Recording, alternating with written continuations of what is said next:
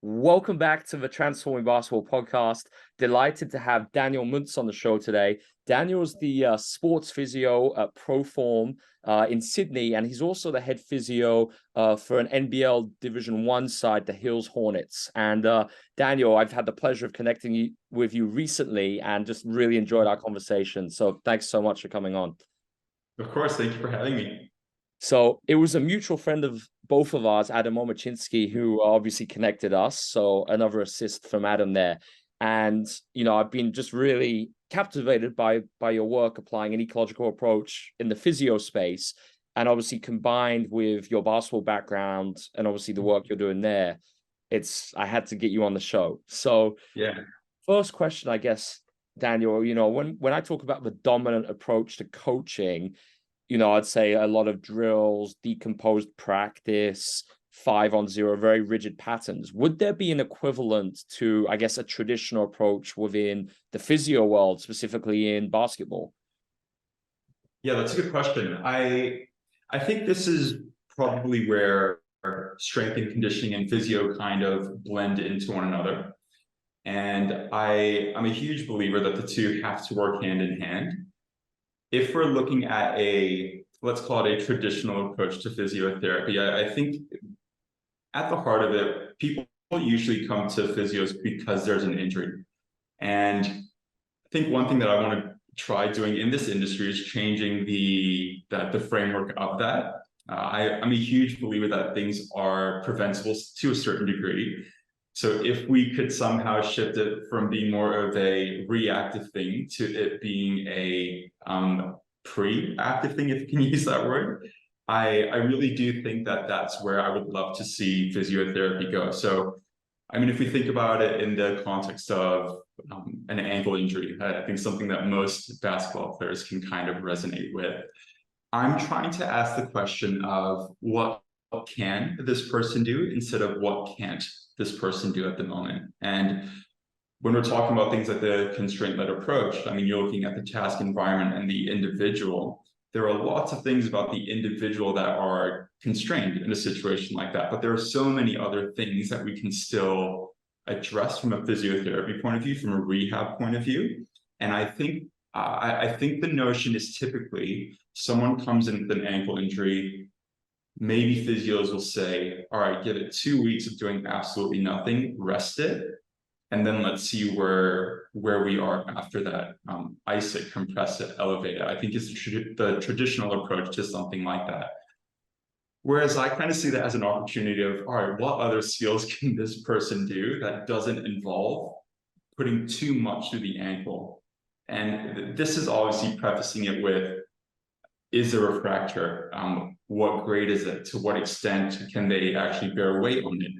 Is it suitable for them to be in a boot because there is a fracture? And we were having this chat a couple of weeks ago over the phone where I tend to not put basketball players especially in a boot if it's just, let's say, an ATFL, CFL sprain, which tend to be the two most common ones in basketball. But instead, I see, can this person weight bear on a single leg? Can they do dribbling drills? Can they do passing drills? Can they go from side to side a little bit? Or is that too much for them in the really acute stage? So I think going away from this rest, let's see what happens, and then we'll go, I think that's so much missed time. I think especially in the context of a season, 2 weeks is huge. And 2 weeks for some people can make or break, do I get a college scholarship or do I not? So if there are ways that we can keep other parts of the game going without completely removing them from it, I think this is where the profession has to go. And I feel like this is a bad start for me. Like, I don't think that I'm this rogue physiotherapist that has no regard for like the healing process. I absolutely do. But I think there are ways that we can challenge the current framework of how we approach an injury.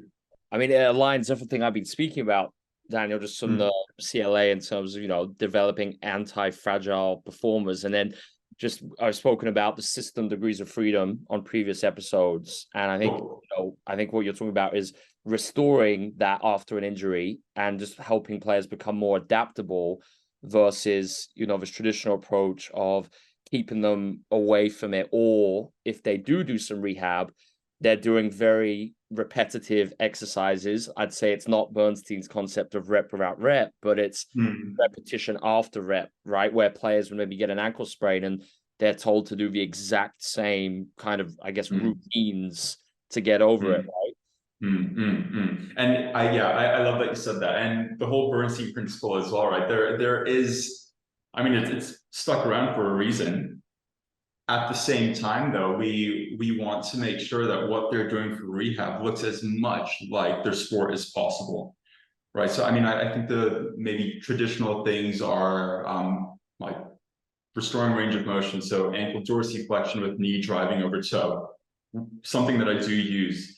But at the same time, if we can get them challenging, let's say, single leg stability, and this is where things like swing leg retraction, hip lock, and these are probably a little bit more Franz Boschi terms that I'm using here, but those sorts of things almost double as a ankle rehab, but at the same time, we can get hammies, glutes, things which a lot of basketball players that I've seen, swing leg retraction is probably one of the most shocking things that I see in basketball players, because it's so anterior dominant for most, not all.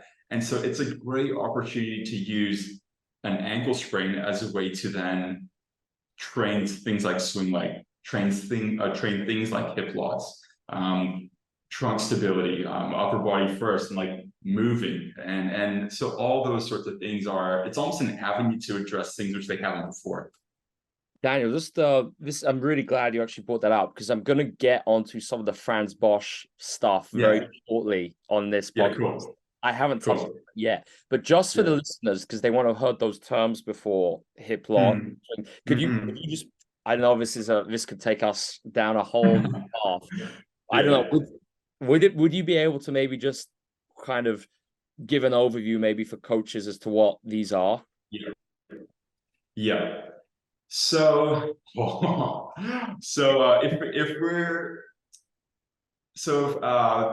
there's a system called the Franz Bosch system, and I will leave someone else to go into the nitty-gritty of all of this. But essentially, when I'm using words like hip lock, swing leg retraction, ankle stiffness, these are all attractors, right? And maybe simply put, attractors are stable positions in movement dependent on the sport.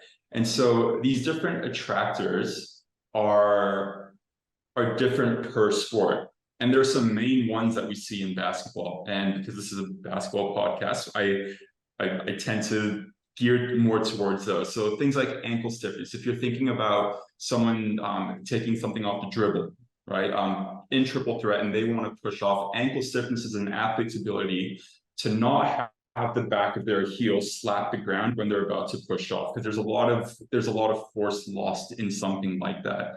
So if you look at Achilles tendon ruptures, you're thinking Klay Thompson, KD, and if you rewatch those videos, it's a lack of ankle stiffness in that situation that can result in that, right? So these different attractors, this one, which is called ankle stiffness, are different moments in a total movement that we're looking at, seeing how well does this athlete do that.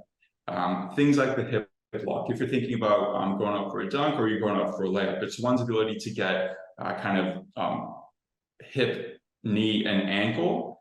I'm going to use the word triple extension here because I think most SNCs kind of understand it as that. But it's one's ability to kind of lock at the hip to create stability through the hip in that movement. And I mean,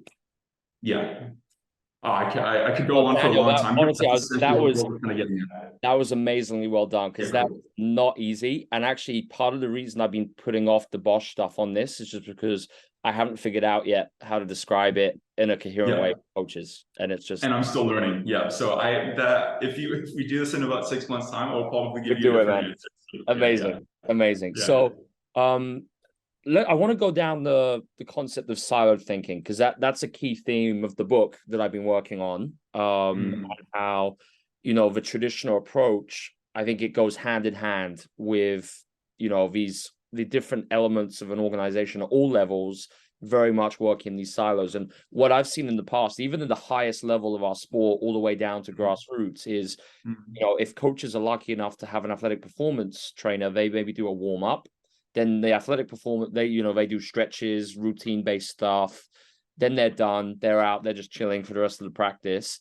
Then the head coach comes on, does his thing. And then if there's an injury, then the physio will do something, but they're just waiting kind of, you know, on the side, the athletic performance. Practice is done. Everyone goes home and it's just the same.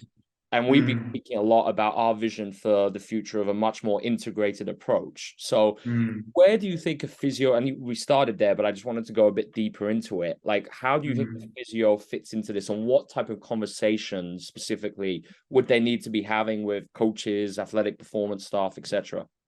Great question. This is definitely something that we're trying to still figure out with us working with Hills Hornets. Because it's looked a certain way for such a long time. And it's tough to go against the grain with that sometimes. But I think the great thing about Hills is that they're really receptive and open to changing things up. What does it look like? If there has to be communication between coach, athletic performance, physios, EPs, and I guess this is very different dependent on the level that you're playing at. If we're thinking high school basketball with maybe not a whole lot of funding, and then we're talking about NBL, NBA, that sort of range. I mean, it's chalk and cheese between what you can and can't do. But I think where physio can really come in is speak with the coach and say, hey, what is it that you want out of your athletes, let's say in this block or in the preseason versus when we're in season? If it's I want them to be more agile. I want them to be quicker off their first step. And this is going to be very dependent on bigs versus guards, right? And it looks very different from a warm-up point of view. So in the warm-up that we do or that we provided for Hills, we try actually incorporating a lot of this ankle stiffness, hip lock, swing leg retraction sort of work to prep them for the warm-ups that they do where it's a little bit more live. With right? And games and basketball integrated, right? Yeah. Correct. Yeah. So a lot of the movements that we're trying to prep them for, we want it to look like what they're about to do in game. I agree with you. In terms of physios are there for kind of the first 10 minutes, they lead the warm-up and just kind of sit off to the side on the bench, like doing that sort of thing. But I think where this can come in is, let's say there's a guard-specific warm-up that one coach is doing, and there's a bigs warm-up that the other is doing. I think this is where we can almost pull away 3 people at a time and just get them primed. Get them primed for what they're about to do. So it might be things where we're working on swing leg. It might be things where we're working on hip lock, doing things that are a little bit more lateral, unstable surfaces, with perturbations happening as well. And that sort of stuff, I feel like not only from a physical point of view, but a neurological point of view and just a readiness point of view can be very beneficial to have them ready. Because you're right, it's warm up 10 minutes, go to the locker room, cool down, get ready, and then go out into your layup lines, warm up lines, 3-on-3, 4-on-4, and then live. So it's going to be tough to change it, but I guess this is why you and I are having this conversation. Exactly. And for me, I think it starts with I think the shared theoretical framework of the CLA. You know, obviously, I think having an awareness of that, and I was in Sheffield recently for the skill acquisition symposium. They had Martin Rothwell there, who's done a lot of the work on the Department of Methodology, and I think that's what my vision of the future would be, where it's like yourself as a physio, a coach, athletic performance trainer, and, you know, forming this overall department where you have conversations, like you said, Daniel, very frequently, and you're talking about these things and you're viewing the game through the same lens, and then figure out how you can integrate, just as opposed to working independently. So let's maybe get now to how you're actually using a CLA in, you know, what in your field and what this maybe looks like. So I guess the first kind of question, I'm just thinking to make this as practical as possible, Daniel, maybe we could talk about recovering from something like an ankle sprain, just because Mhm. it's like the most common injury in basketball. And we spoke about at the start in terms of, trying to apply appropriate load. But what would Mhm. an application of a CLA look like in this context? Yeah. So so let's say someone comes in with a uh, full tear of ATFL, one of the most commonly sprained or torn ligaments in the ankle.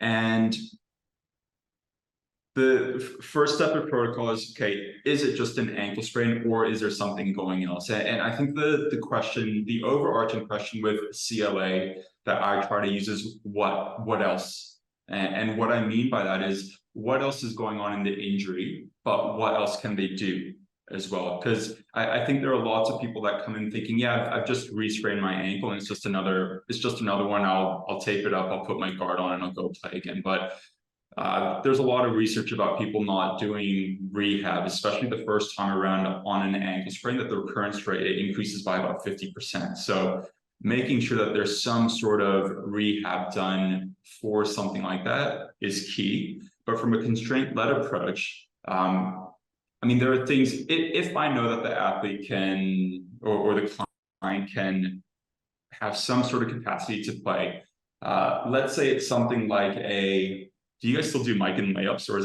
that long Yeah, gone? obviously Oh, you do? with transforming, we're obviously getting coaches Yeah, up to it, but unfortunately we see it all the time. Yeah. yeah, cool. Right. So I look at that as something that, yes, they will do it in game. Is it a change in environment in terms of how much load they're putting through the foot? Is it a change in what they're doing from an intensity point of view? Absolutely. But if you think of something like a mic and layup, there's a lot going on in that movement as a whole. Like, one, they're getting touches on the ball. Two, they're getting touches with the hand. They're able to push off of one leg. They're able to push off the other leg. There's a small land that also applies in that. So there is this plyometric aspect to it as well. And this is very dependent on can this athlete actually do that, or can they not, right? If, let's say, there's no capacity of doing something like that, then we start doing things where foot's on the ground, they're still getting ankle stability, but I might get them doing, might even quite easier to show. Oh, nice. So if I go like one foot on the ground, 1 foot on the wall, and I get them hinging over here, I might get them doing dribbling drills here, going from left to right there. So we're still getting stability of hip, knee, and ankle, but it still kind of looks like what they were to do in game. So I guess the thing that we're trying to change there is, the individual is the individual, and there's a healing process that happens in the ankle, and there's not much that we can change there. However, if we're looking at it from a couple different lenses, this is where things like a nutritionist on a team, an S&C on a team, a coach on a team, even psych on a team, like this is where it all starts coming into play. And I think at the heart of the constraint-led approach is how we want to try making it as multidisciplinary as possible. And and this is what you alluded to just before as well, is if we have 4 different eyes on one athlete with no communication, that's worse off for the athlete than if you're to have 4 saying exactly the same thing. And this is a problem that we run into as physiotherapists as well, because you have physio saying one thing, and then you've got coach saying other thing, and you might have someone else saying another thing.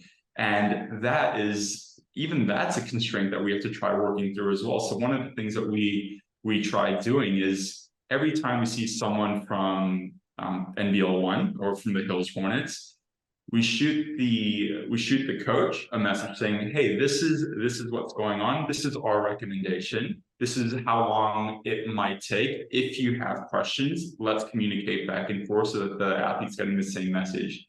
Because more oftentimes than not, if we give the athlete the message and then they relay it, it's Chinese whispers, right? And ends up being like, yeah, I can't play for the next 6 weeks. And that's not it, because there is capacity to train. So it's the whole thing of what else can we do, I think it overarches this constraint-led approach.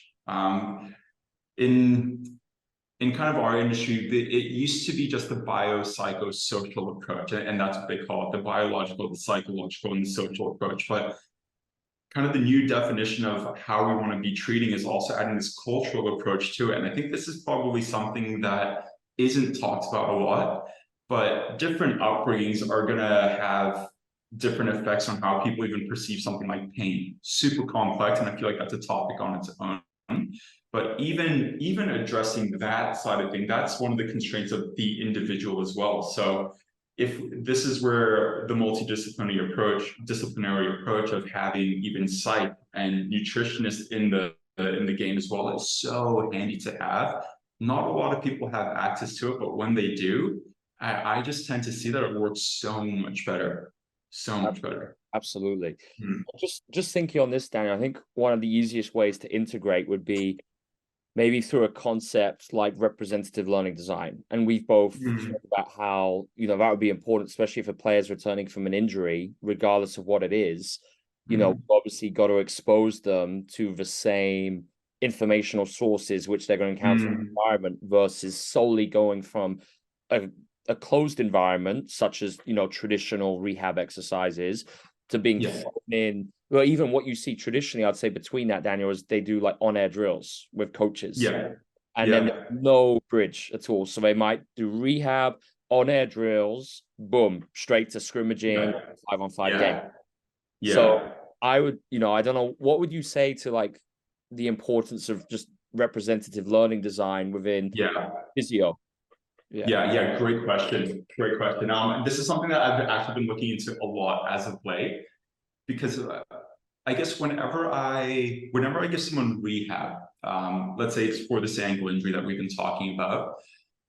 If I had a whiteboard, if you're imagining, let's say this whole screen here is my whiteboard, you have these movements here, which are, I'm going to use the word total movement pattern, and this is a little bit more of a Franz Bosch term as well. You have total movement patterns here. You have closed skills, and you have open skills, and you have simple, and then you have complex. So it's almost like this continuum that we're seeing from kind of top left down to top right. In the early stages of rehab, there may be a place for us to kind of be here. So simple, some closed movements that we're doing up in this edge here. But where we want to get them sooner than later is down here. So this is kind of the open movements as well as complex.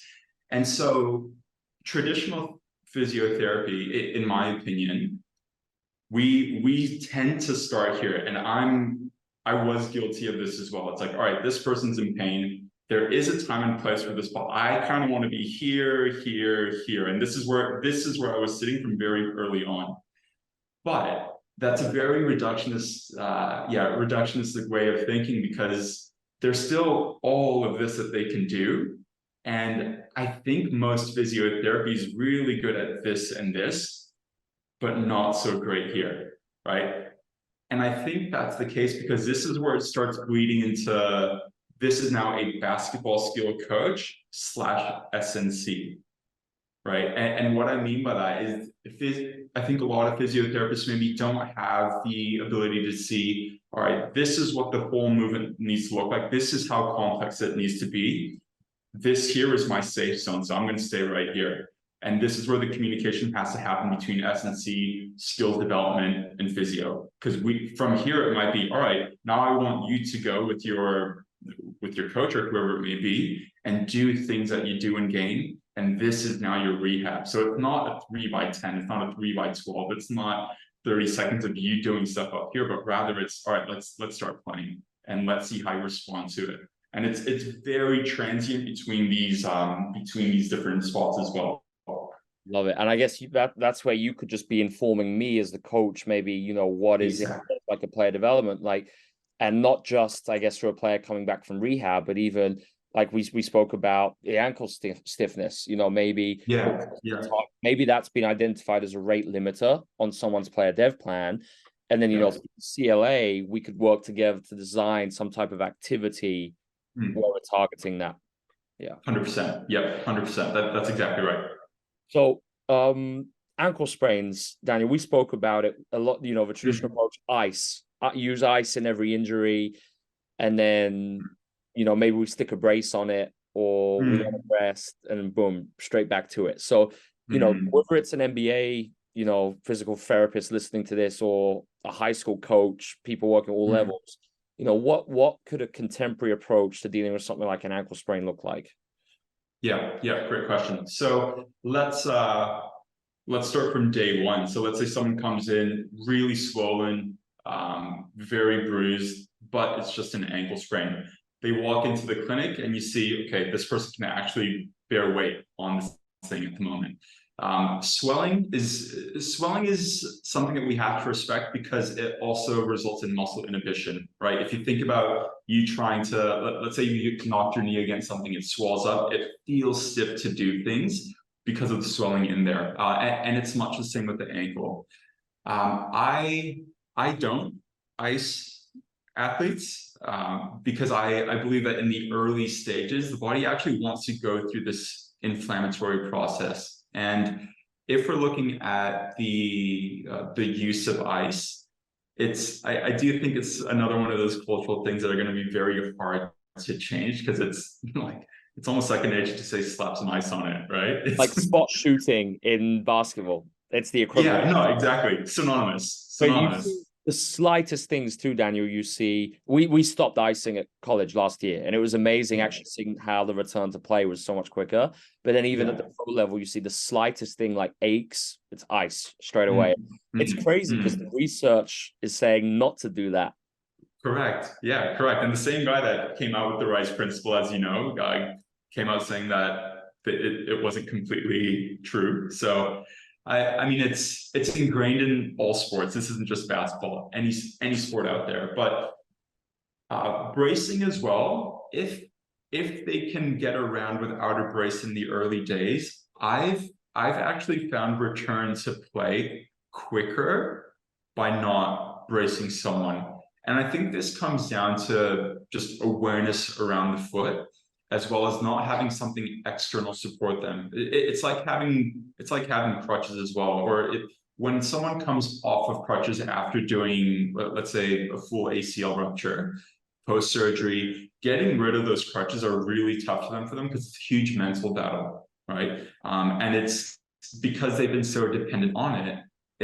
It almost takes them like a week or two, I'd like to say, is what I've observed, longer to actually get them believing that their knee can handle what it can handle. And it's much the same with the ankle as well. But for once we get a hold of the swelling, I still use compression. I do. And usually in the early stages, I use this method called a U-foam taping method, where you pretty much put almost a horseshoe foam pad around the outside of the ankle. And I do a basket weave around the foot because it kind of contains it into one spot. The bruising is hectic on something like that, though. And I always warn people, hey, when you take this off, the bruising is going to look like it's in the shape of a U, and that's completely normal, right? So compression is definitely still part of my treatment protocol, loading it as tolerable. So if they can get set shots on day one, I'm getting them doing set shots on day one.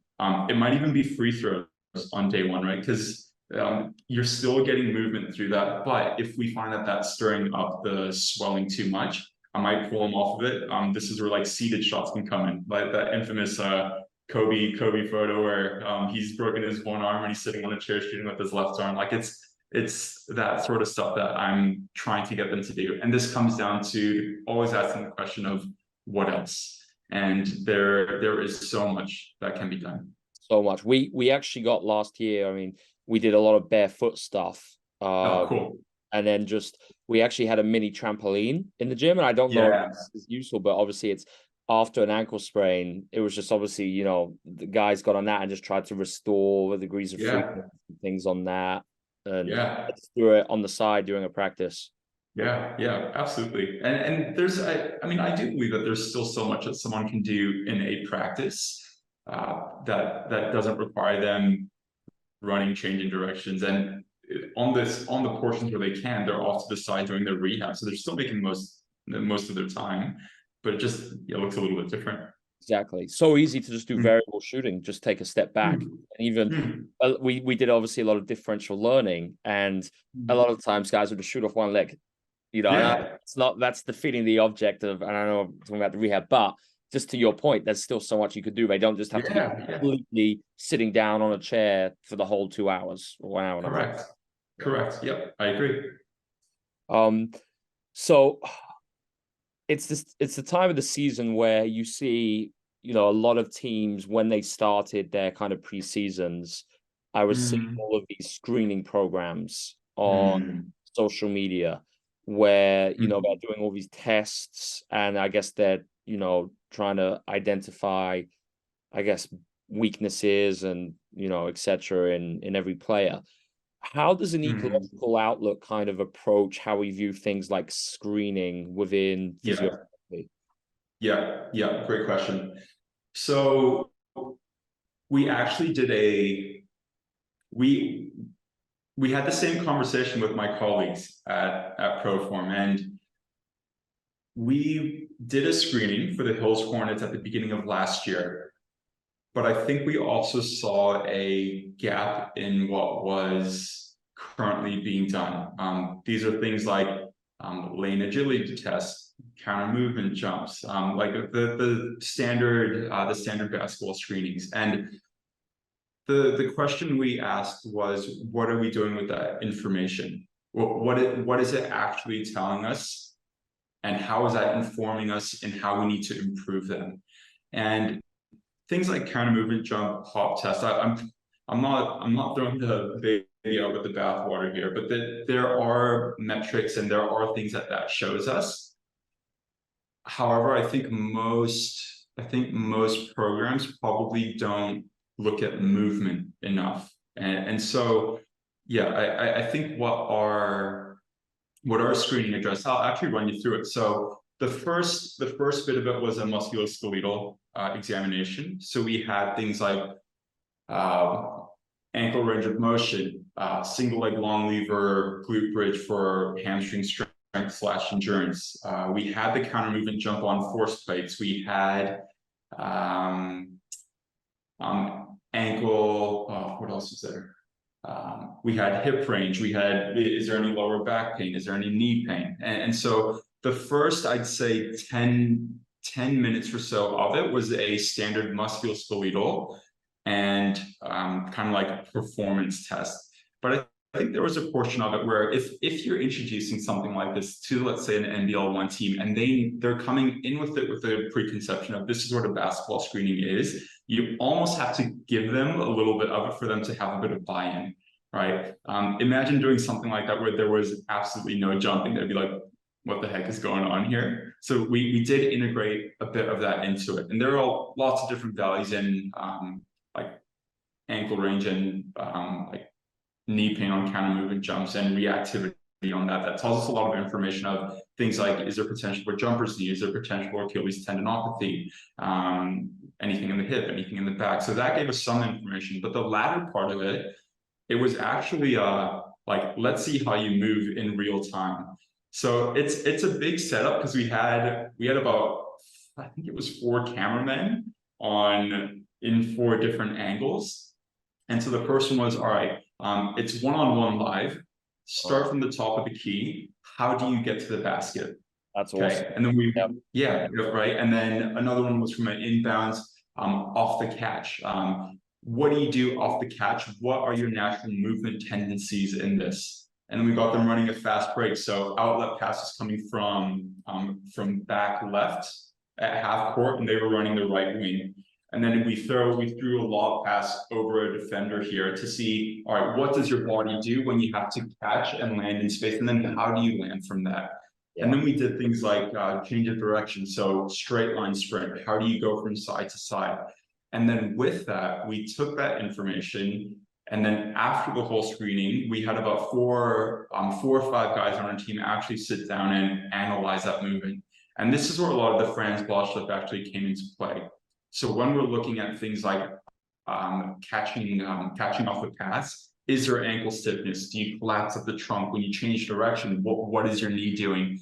And then from there, we curated a rehab program to address the let's call it the movement deficiencies, if I can use that, in that particular athlete, so that wouldn't be something that would possibly lead to injury later down the track.